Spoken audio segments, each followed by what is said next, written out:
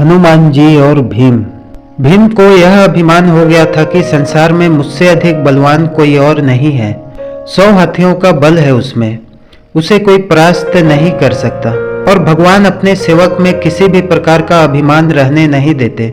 इसीलिए श्री कृष्ण ने भीम के कल्याण के लिए एक लीला रच दी। द्रौपदी ने भीम से कहा, आप श्रेष्ठ गदाधारी हैं, आप बलवान हैं। आप गंधमादन पर्वत से दिव्य वृक्ष के दिव्य पुष्प लाकर दें, मुझे अपनी वेणी में सजाने हैं। आप समर्थ हैं, ला सकते हैं, लाकर देंगे ना दिव्य कमल पुष्प। भीम द्रौपदी के आग्रह को टाल नहीं सके। गदा उठाई और गंधमादन पर्वत की ओर चल पड़े, मदमस्त हाथी की तरह, किसी तनाव से मुक्त। निडर भीम कभी गदा को एक कंधे पर रखते, कभी दूसरे पर रखते, बेफिक्री से गंधमादन पर्वत की ओर जा रहे थे। सोच रहे थे, अब पहुंचूं कि तब पहुंचूं, दिव्य पुष्प लाकर द्रौपदी को दूंगा, वह प्रसन्न हो जाएगी। लेकिन अचानक उनके बढ़ते कदम रुक गए। देखा, एक वृद्ध लाचार और कमजोर वानर मार्ग के एक बड़े पत्थर पर बैठा है। उसने अपनी पूंछ आगे के उस पत्थर तक बिछा रखी है, जिससे रास्ता रुक गया है। पूंछ हटाए बिना आगे नहीं बढ़ा जा सकता। अर्थात उस वानर ने अपनी पूंछ से मार्ग को रोक रखा था। और कोई भी बलवान व्यक्ति किसी को उलांघ कर मार्ग नहीं बनाता, बल्कि मार्ग की बाधा को हटाकर आगे बढ़ता है। बलवान व्यक्ति बाधा सहन नहीं कर सकता, या तो वह बाधा स्वयं हटाता है या उस बाधा को ही मिटा देता है। इसीलिए भीम भी रुक गए। जब मद, अहंकार और शक्ति बढ़ जाती है तो आदमी अपने आप को आकाश को छूता हुआ समझता है। वह किसी को खातिर में नहीं लाता और अत्यधिक निरंकुश शक्ति ही व्यक्ति के विनाश का कारण बनती है। लेकिन श्री कृष्ण तो भीम का कल्याण करना चाहते थे, भीम का विनाश नहीं, सुधार चाहते थे। भीम ने कहा, ऐ वानर, अपने पूंछ को हटाओ, मुझे आगे बढ़ना है। वानर ने देखा, एक बलिष्ठ व्यक्ति गदा उठाए, राजसी वस्त्र पहने, मुकुट धारण किए, बड़े रोब के साथ उसे पूंछ हटाने को कह रहा है। हैरान हुआ, पहचान भी गया, लेकिन चूंकि वह श्री कृष्ण की लीला थी, इसीलिए चुप हो गया। भीम के सवाल का जवाब नहीं दिया। भीम ने फिर कहा, वानर, मैंने कहा ना कि पूंछ हटाओ, मुझे आगे जाना है। तुम वृद्ध हो, इसीलिए कुछ नहीं कर रहा हूं। वानर गंभीर हो गया, मन ही मन हंस दिया। कहा, तुम देख रहे हो मैं वृद्ध हूं, कमजोर हूं, उठ नहीं सकता। मुझ में इतनी ताकत नहीं कि मैं स्वयं ही अपनी पूंछ हटा लूं। तुम ही कष्ट करो, मेरी पूंछ थोड़ी सी इधर सरका दो और आगे निकल जाओ। भीम के तेवर कसे, गदा कंधे से हटाई, नीचे रखी। इस वानर ने मेरे बल को ललकारा है, आखिर है तो एक पूंछ ही, वह भी वृद्ध वानर की। कहा, यह मामूली सी पूंछ हटाना भी कोई मुश्किल है? यह तुमने क्या कह दिया?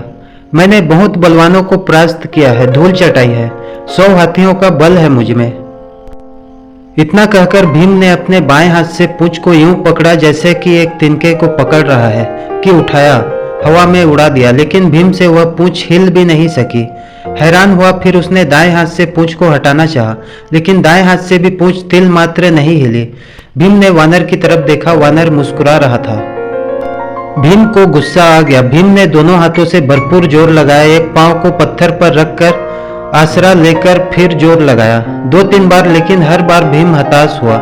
जिस पूंछ को भीम ने मामूली और कमजोर वानर की पूंछ समझा था, उसने उसके पसीने छुड़वा दिए थे। और भीम थक कर निढाल होकर एक तरफ खड़ा हो गया।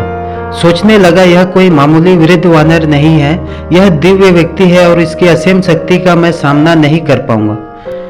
विनम्र और झुका हुआ व्यक्ति ही कुछ पाता है, अकड़ उसे ले डूबती है।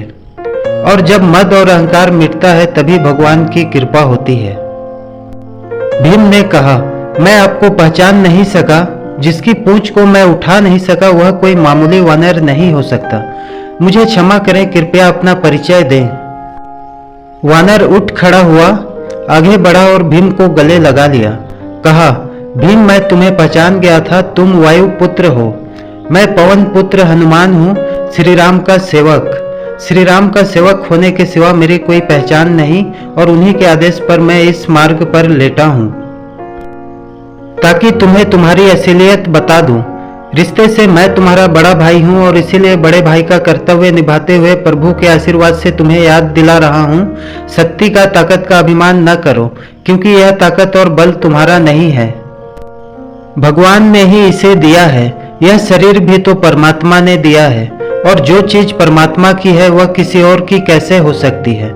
इसलिए जो जिसने दिया है उसके लिए उसी का धन्यवाद करना चाहिए। परमात्मा की शक्ति के अलावा किसी की क्या शक्ति हो सकती है। भीम की आंखें खुली। त्रेता युग की श्री राम और हनुमान जी की वीर गाथाएं याद आ गई। प्रेम से, श्रद्धा से भीम की आंखें भी खुल गई और भावों की इसी प्रवाह में भीम ने हनुमान जी को समुद्र लांघने के समय पर धारण किए गए विशाल रूप का दर्शन कराने का अनुरोध कर दिया, और हनुमान जी ने श्री राम की कृपा से अपना आकार वैसा ही बढ़ाया जैसे उन्होंने 100 योजन समुद्र लांघने के समय धारण किया था। यह देख भीम हैरान रह गया। वह कभी हनुमान जी के चरणों में देखता और कभी उनके आकाश छूते मस्तक को, जिसे वह देख ही नहीं पा रहा था। हनुमान जी ने कहा, भीम, मेरे इस रूप को तुम देख नहीं पा रहे, लेकिन मैं श्री राम की कृपा से इससे भी बड़ा रूप धारण कर सकता हूँ। भीम ने हाथ जोड़कर सिर झटक दिए और हनुमान जी के चरणों में गिर पड़ा। भौतिक पद, प्रतिष्ठा और धन का अभिमान कैसा, ये तो कभी भी नष्ट हो सकते हैं। भौतिक पदार्थ भौतिक सुख ही देते हैं, लेकिन परमात्मा की कृपा तो शाश्वत होती है, जिसे कोई छीन नहीं सकता, चोर चुरा नहीं सकता। आदमी को उसी दायरे में रहना चाहिए जिसमें परमात्मा रखे। परमात्मा की इच्छा के बिना तो पत्ता भी नहीं हिल सकता। इंसान की जिंदगी का क्या भरोसा, किसी भी मोड़ पर 4 कदम की दूरी पर खत्म हो सकती है।